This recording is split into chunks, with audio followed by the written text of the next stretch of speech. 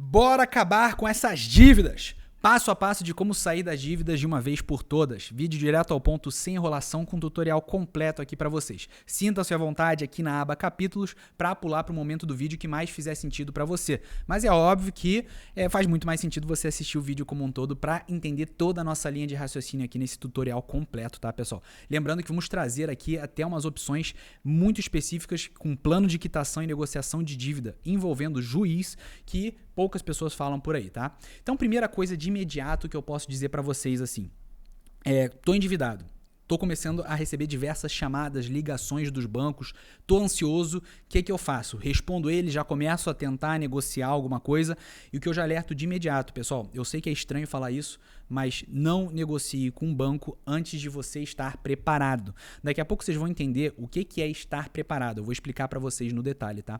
Mas, resumo, banco nenhum negocia com um bom pagador. Então, se o banco, de alguma maneira, ele identificar que você tem condições de pagar aquela dívida, ou até mesmo que você está disposto a pagar aquela dívida, muito dificilmente ele vai trazer alguma regalia para você. Então, diminuir os juros, diminuir o valor da parcela, sem aumentar o prazo de pagamento. Então, muito difícil, assim, ele considera algum benefício para você, alguma facilidade, tá? Então, de imediato, eu sei que é estranho falar isso, mas você não pode negociar, não pode conversar com o banco. De imediato, o ideal é você falar com eles que não tem condição de fazer o pagamento, beleza? Então, de imediato é isso. Mas óbvio que você vai pagar essa dívida, tá? O que eu estou querendo dizer aqui é que, de imediato, você não pode facilitar para o banco, porque banco nenhum negocia com bom pagador.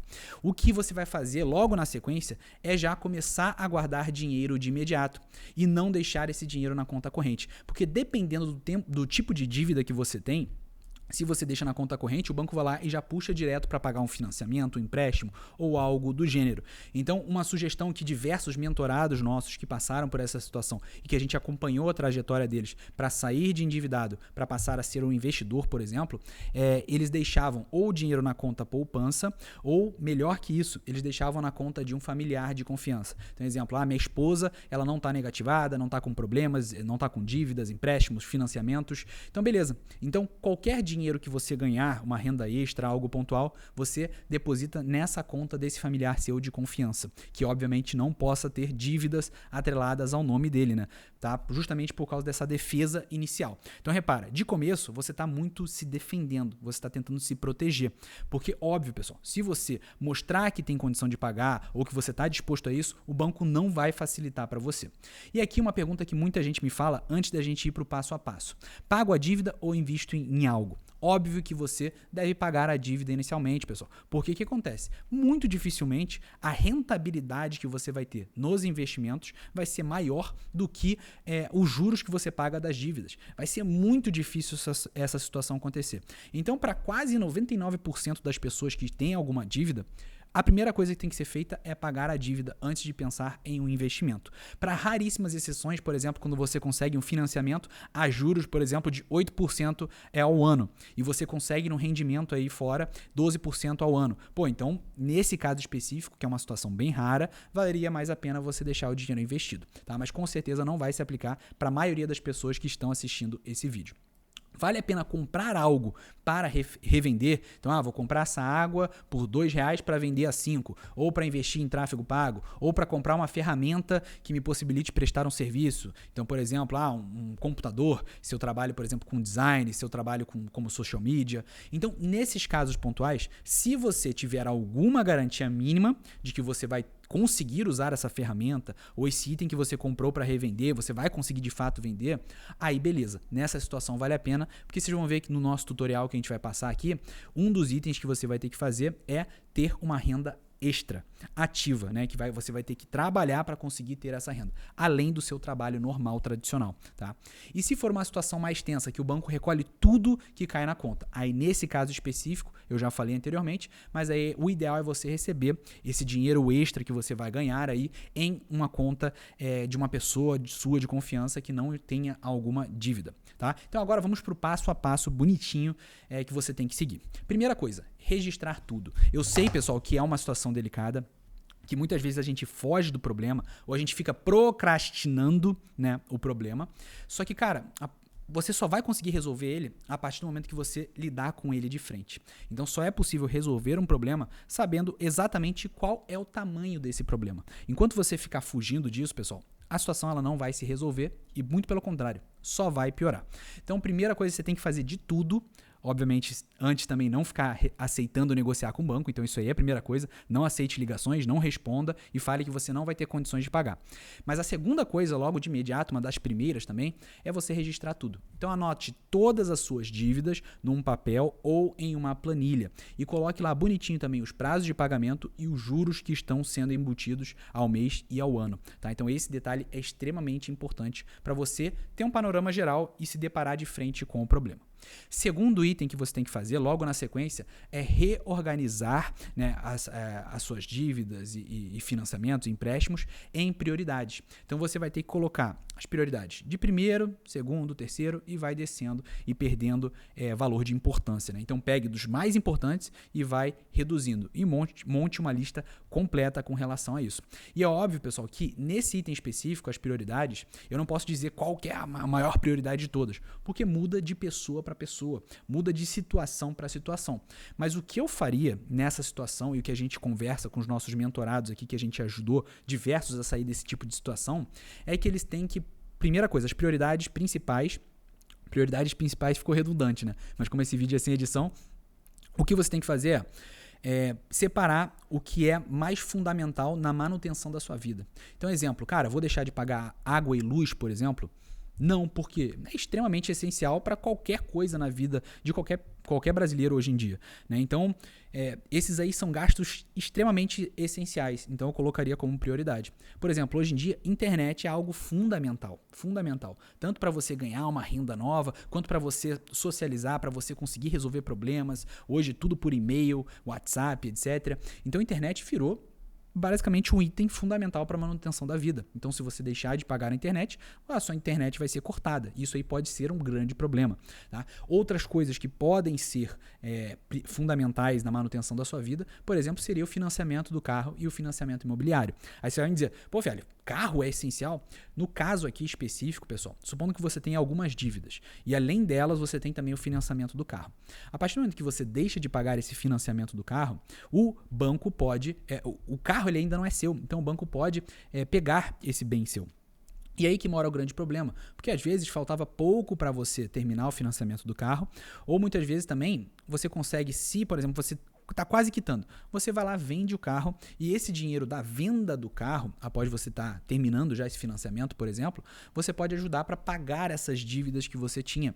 E muitas vezes, supondo que você já pagou 25 mil reais do carro e faltava mais 10 mil, beleza, e você tem esse bem seu, o banco foi lá e pegou. Cara, você já perdeu os 25 mil que você tinha pago e mais os 10 mil que você tinha em potencial ali para, ao terminar de pagar esse financiamento, você vender logo o carro para ajudar você a pagar suas dívidas. E a mesma coisa vale para financiamento imobiliário, tá? Porque até você terminar de pagar esse financiamento, a casa, o imóvel, ele não é seu, tá? Então, dívidas de bens são importantes porque corre o risco do banco pegar de volta esse seu bens, tá? Então, é muito importante você se atentarem nisso. Mas é óbvio, como eu falei, varia muito de pessoa para pessoa.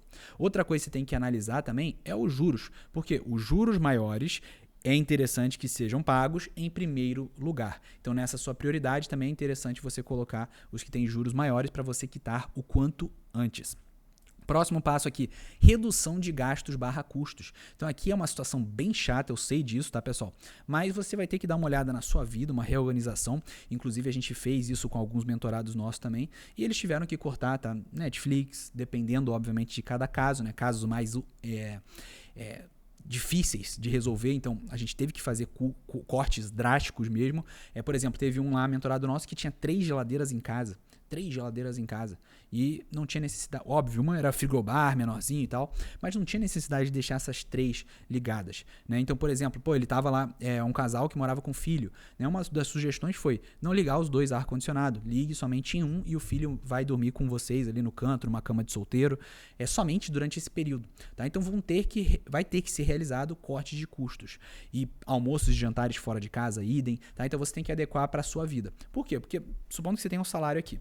e os seus custos são aqui, sobra um valor pequenininho, que é esse valor que você teria para pagar as dívidas. Agora, por exemplo, se você reduz um pouco os seus custos, vai sobrar um espaço maior para você conseguir juntar para depois pagar as suas dívidas, porque até agora você não negociou com o banco, lembrem-se disso, tá? Próximo passo, que está muito associado também a essa jogadinha que eu acabei de mostrar para vocês aqui com a minha mão, agora você vai ter que fazer uma renda extra ativa, que você vai ter que trabalhar, botar a mão para conseguir ter esses proventos recolhidos.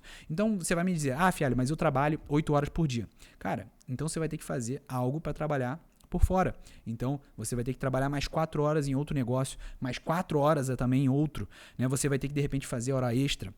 Você vai ter que dar um jeito, mas vai ter que possuir uma renda extra ativa, além do seu salário.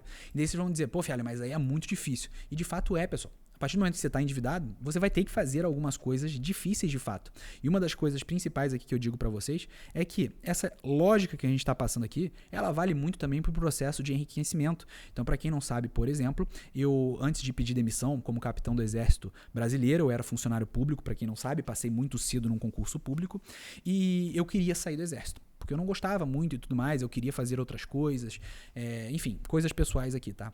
Mas eu queria sair. Então, eu precisei me planejar para isso. E exatamente esses passos aqui que eu estou passando para vocês relacionados à dívida foi o que eu coloquei no meu processo de enriquecimento para justamente me trazer mais segurança e para me facilitar nesse processo de ter coragem para pedir demissão. Então, por exemplo, eu trabalhava no Exército de 7 horas da manhã até ali cerca de 17 horas da tarde. E depois, quando eu chegava em casa, ficava um pouco com a minha esposa e com os meus gatinhos. E depois, pessoal, eu ia de 7 da noite até 1 da manhã, 2 da manhã, trabalhando pra caramba. Sábado e domingo, quando eu não tinha meu trabalho tradicional lá no Exército, eu ia lá e trabalhava o dia inteiro nos meus negócios paralelos para ter uma renda extra ativa, para ir acumulando um patrimônio. Aqui, por exemplo, na redução de gastos e custos, cara, o meu salário na época era R$ 7.500 e a gente vivia ali com R$ 6.500, R$ 6.700. O que sobrava eu investia, né? Não era, no caso, aplicado para dívida, mas o que sobrava eu investia. Aí o que aconteceu? Eu comecei a trabalhar por fora e comecei a ganhar bem mais, 15, 20 mil por mês. E o que vários amigos meus, que foram mentorados meus na época, inclusive, eles também tiveram esse aumento salarial por causa da renda extra de fora. Só que o que eles fizeram? Eles aumentaram os custos de vida deles. Então acabou que eles compraram Jeep Renegade, Jeep Compass, que estavam bombando na época. E o que eu fiz, pessoal? Eu continuei morando, foi aqui, ó, redução de custos. Eu continuei morando num apartamento de 30 e poucos metros quadrados, eu, minha esposa e mais 5 gatinhos, tá? Não troquei de carro, mantive ali os custos. Só que repara, eu mantive os custos e fui aumentando o salário. E acabou que essa diferença ficou cada vez maior. Só que, óbvio, eu usei isso para investir. Mas vocês também, aqui no caso das dívidas, têm que usar essa diferença cada vez maior para juntar um montante para depois sim você negociar suas dívidas. Tá? E existem diversas formas de você ter renda extra hoje. Canais no YouTube, que inclusive a gente tem vários vídeos aqui no canal, vou colocar um aqui em cima nos cards para vocês começarem o estudo se fizer sentido para vocês. Vocês podem passear com o cachorro, vocês podem fazer serviços diários, diversos aliás, como por exemplo freelancer pontual, você pode trabalhar como editor de vídeo, thumb maker, você pode fazer serviços de manutenção, serviços de faxina, tá? Hora extra no seu trabalho, hypes de carnaval. Aqui eu trouxe essa situação porque foi um mentorado nosso que foi o seguinte: ele precisava recolher um montante de 3 mil para quitar uma dívida. Não era uma dívida gigantesca. E estava próximo do carnaval. Aí o que eu lembro que eu falei com ele? Falei, cara, nos meus momentos de carnaval, eu reparei que tinham coisas que a gente precisava muito. Bebida é algo tradicional, então você pode fazer isso, comprar bebidas, botar num cooler e vender lá. Beleza, essa é uma opção. Mas o que eu vi que a galera vendia muito também, balas, né? House, Trident, também você conseguia vender até a unidade. Isso é muito legal, porque você, ao invés de vender a embalagem, você vendia só a unidade e acabava ganhando mais no final. Mas outra coisa que eu vi, por exemplo, que eu sugeri para ele, além de, por exemplo, de repente camisinha ou algo do gênero, ele poderia também papel higiênico, cara. Era algo muito doido que eu vi uma pessoa fazendo só, uma pessoa, que ficava próximo ali de banheiros químicos, né, que tem vários no carnaval, de rua principalmente, e muita gente não tinha papel higiênico. Óbvio, não vai se preparar para isso no meio do carnaval. E essa pessoa, ela vendia uns pedacinhos de papel, ele vendia um bolinho, né? Então acabava que ele vendia tipo a R$2, R$3, sendo que ele tinha um custo mínimo para ter aquela quantidade de papel higiênico. Então é uma possibilidade, você consegue um baita de um extra nesses momentos se você tiver alguma ideia bacana, uma ideia fora da curva. Então pensem o que vocês podem adaptar desse exemplo que eu trouxe para você conseguir uma renda extra aproveitando esses momentos hypes. Outra possibilidade aqui, pessoal, é revenda. E basicamente o que seria revenda? Vender aquilo que foi adquirido anteriormente. Então você pode verificar na sua casa, de repente, coisas que você não usa. Roupas, por exemplo, tem 1 ano que eu não uso essa roupa. Cara, será que não fica interessante você vender essa roupa, de repente, para um bazar, num site tipo Enjoei da vida? Pode ser também uma possibilidade legal, né? Por exemplo, num dos mentorados nossos aqui, que estava se reorganizando financeiramente, ele possuía, por exemplo, frigobar, ele possuía um freezer daqueles horizontal, e que ele não usava há um tempão.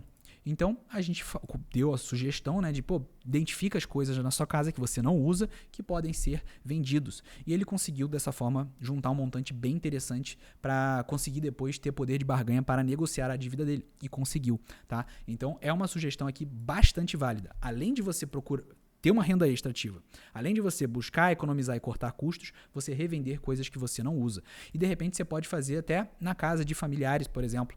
Muitos familiares meus têm várias coisas que eles não usam há anos. De repente você consegue negociar alguma coisa para estar revendendo e colocar um pouco desse dinheiro também no seu bolso.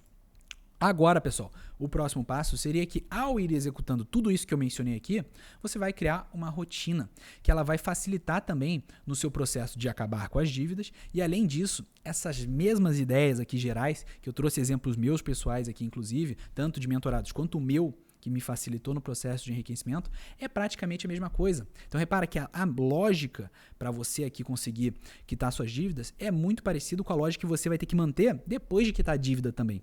É justamente isso.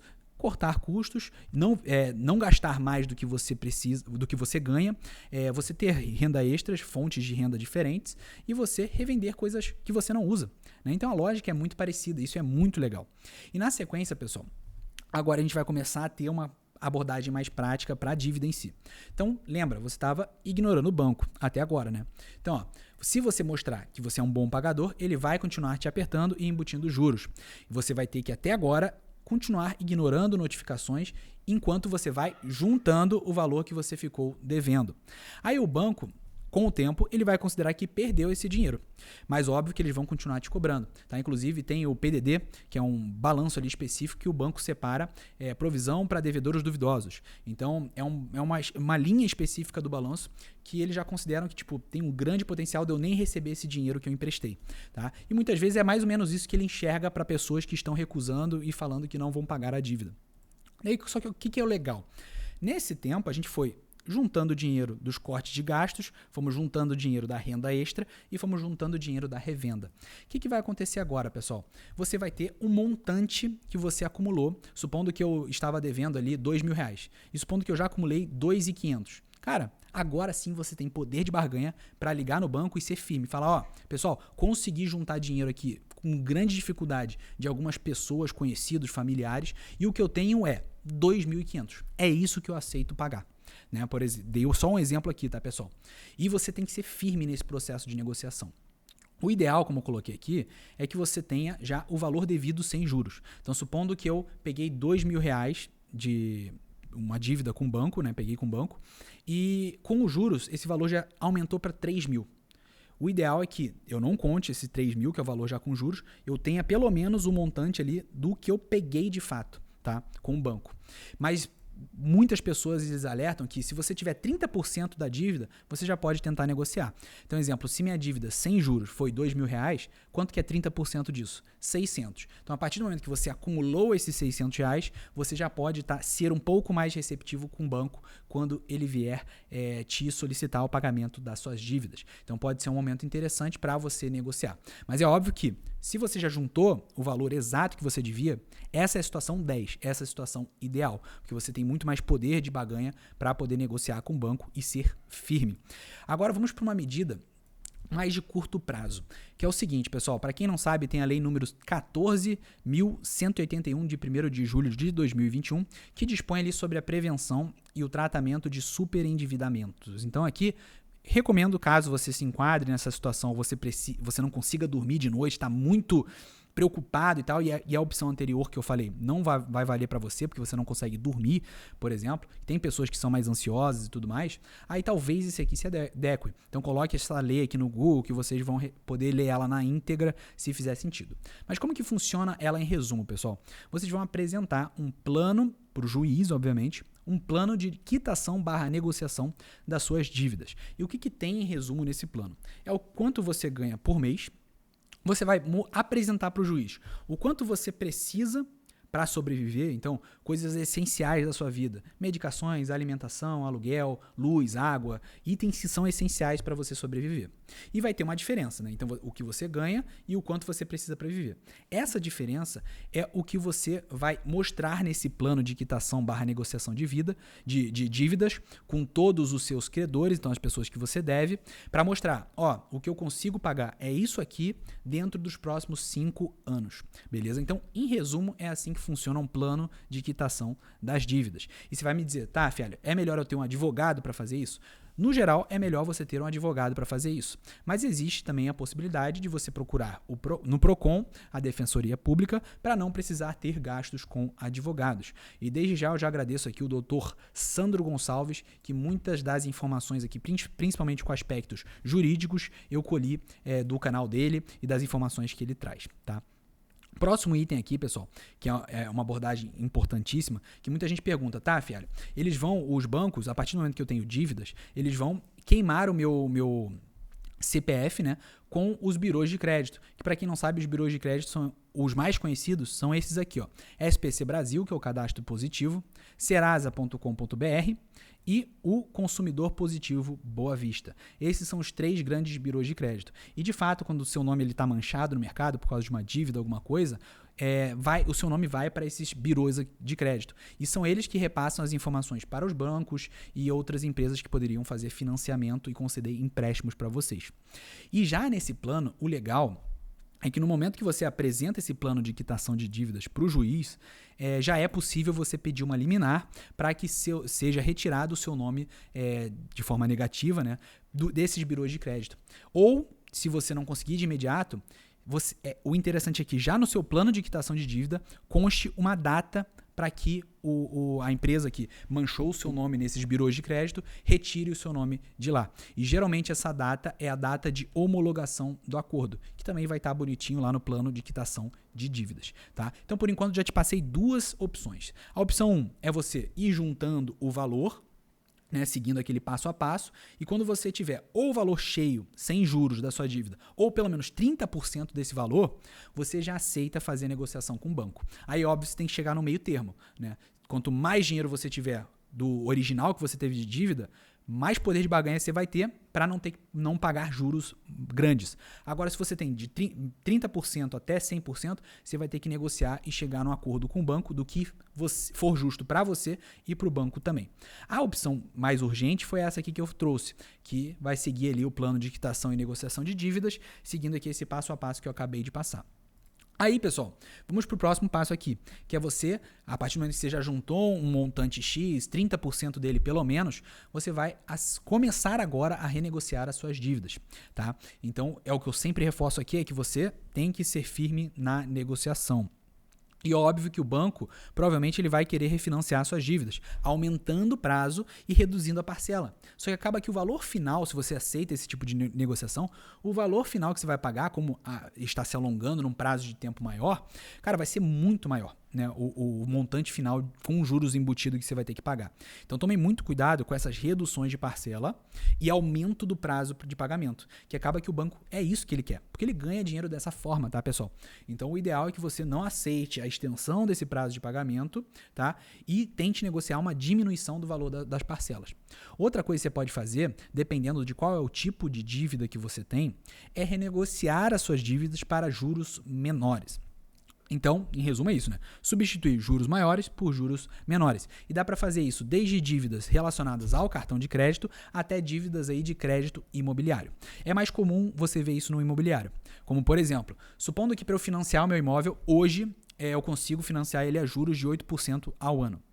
E supondo que há 2 anos atrás eu peguei um financiamento do meu imóvel atual, que eu estou morando, por exemplo, a 10% ao ano. Vocês concordam que hoje o pessoal está conseguindo um juros menor do que eu peguei lá no passado.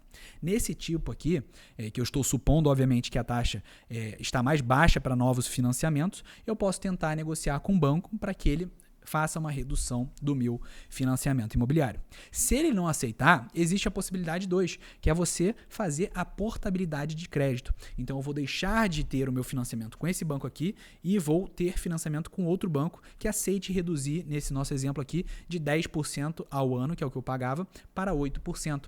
Então existe muito dessa possibilidade aqui, pessoal. E mesmo que você não esteja sofrendo com essa dívida, por exemplo, pode ser interessante você buscar fazer isso aqui, porque você pode ter uma redução dos juros aí que você está pagando no seu financiamento imobiliário. Agora a gente vai para uma situação mais tensa, que é uma dívida de cartão de crédito, que essa aqui é a pior de todas, tá, pessoal? Crédito rotativo, cheque especial, fuja dessas questões aqui. Mas vamos supor que você já se arrebentou, tá? Então você tá desesperado, a dívida do cartão de crédito geralmente é 12,5% ao mês, é uma dívida gigantesca, isso dá mais de 300% ao ano, cara, é loucura, é um juros assim absurdo, tá? Mas nessa situação, o que você pode fazer? É óbvio que é uma situação crítica, tá, pessoal? Então não levem ao pé da letra o que eu estou fazendo, mas nessa situação você tem que ou cagar pro banco, então não vai conversar com ele, porque realmente os juros é extremamente abusivo, ou você pode tomar uma medida que é a seguinte, mas essa aqui é bem tensa, tá, pessoal? Então tem que refletir muito dentro da sua estratégia se vai fazer sentido ou não você topar essa. Mas de repente trocar a dívida do seu cartão de crédito, que é 12,5% ao mês, você trocar para um empréstimo pessoal, por exemplo, de 4% ao mês, tá? Então pode ser uma alternativa. Você pega esse empréstimo pessoal de 4% ao mês, quita a dívida que você tinha com o cartão de crédito de 12,5% ao mês e você vai pagando depois esse empréstimo pessoal a juros mais baixos e parcelados. Mas tomem muito cuidado com isso aqui, tá, pessoal? Porque realmente é uma situação que eu botei aqui vários alertas, que é realmente uma situação crítica da crítica e esse aqui é o ápice do problema, tá, pessoal? E agora vamos lá. É óbvio que a situação aqui que vocês têm que fazer, pessoal, na minha opinião, você precisa quitar a sua dívida. Tem muita gente que eu sei que pensa, não vou quitar nunca essa dívida, vou ficar com o nome manchado, daqui a 5 anos minha dívida vai caducar, né? Muita gente fala isso.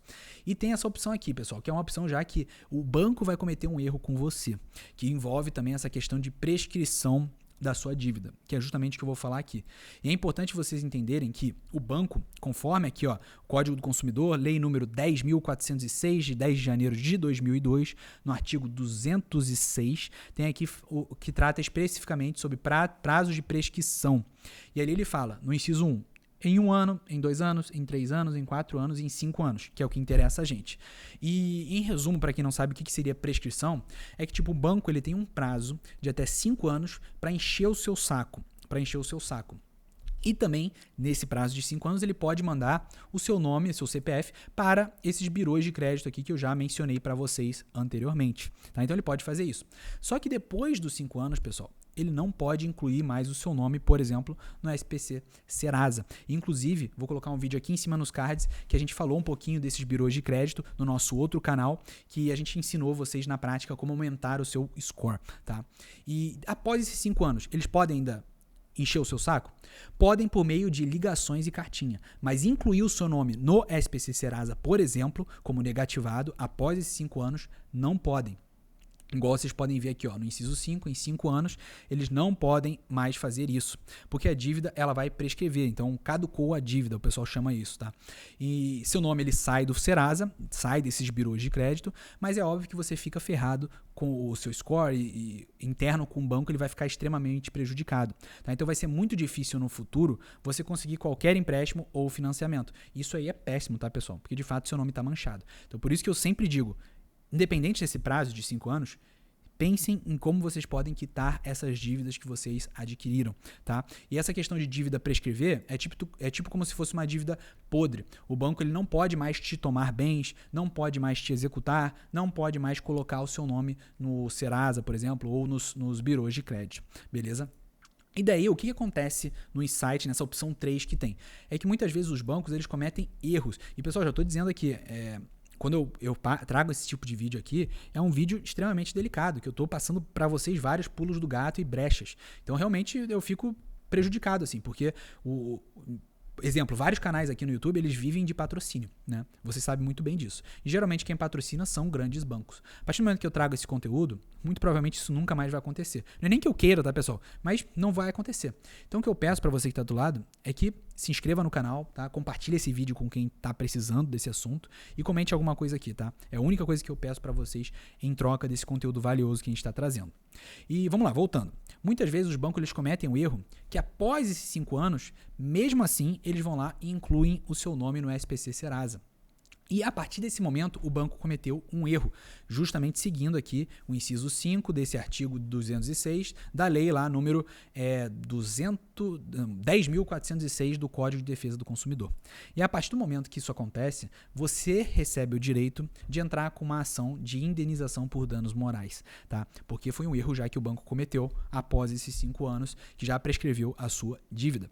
Aí nessa situação você pode ganhar com essa ação cerca de 5 a 8 mil reais. E é óbvio que a minha sugestão, como o objetivo que você que está do outro lado, seu objetivo é quitar as dívidas, eu sempre recomendo fazer isso.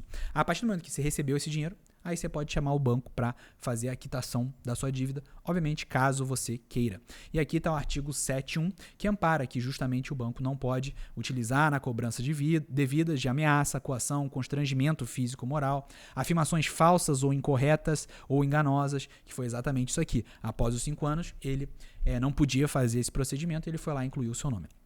E se o banco te ligar falando que vai colocar o seu nome no SPC Serasa, mesmo depois dos 5 anos, você vai usar exatamente esse artigo 7.1 aqui do Código de Defesa do Consumidor para te defender. E para concluir o vídeo aqui, pessoal, tente, acima de tudo, pagar as suas dívidas.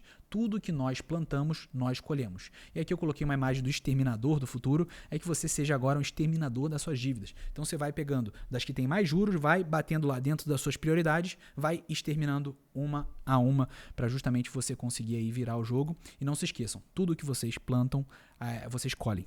É assim que a vida funciona e não fiquem devedores aí, tá? Busquem resolver as suas pendências, as suas dívidas, que com certeza, seguindo passo a passo aqui, pessoal, pode ser que demore mais tempo para você, menos tempo para outro, mas seguindo essas dicas aqui, com certeza você vai conseguir sair dessas dívidas, deixar de ser um endividado, tá? Espero que de coração esse vídeo tenha contribuído na sua vida. Se eu conseguir te ajudar, considere se inscrever aqui no nosso canal para estar recebendo novos vídeos de como você obter prosperidade na sua vida em todas as áreas, mas principalmente na financeira, que é o foco aqui do nosso canal, que te ensina a ganhar mais dinheiro e investir melhor também o seu dinheiro. Tamo junto, te vejo nos próximos vídeos.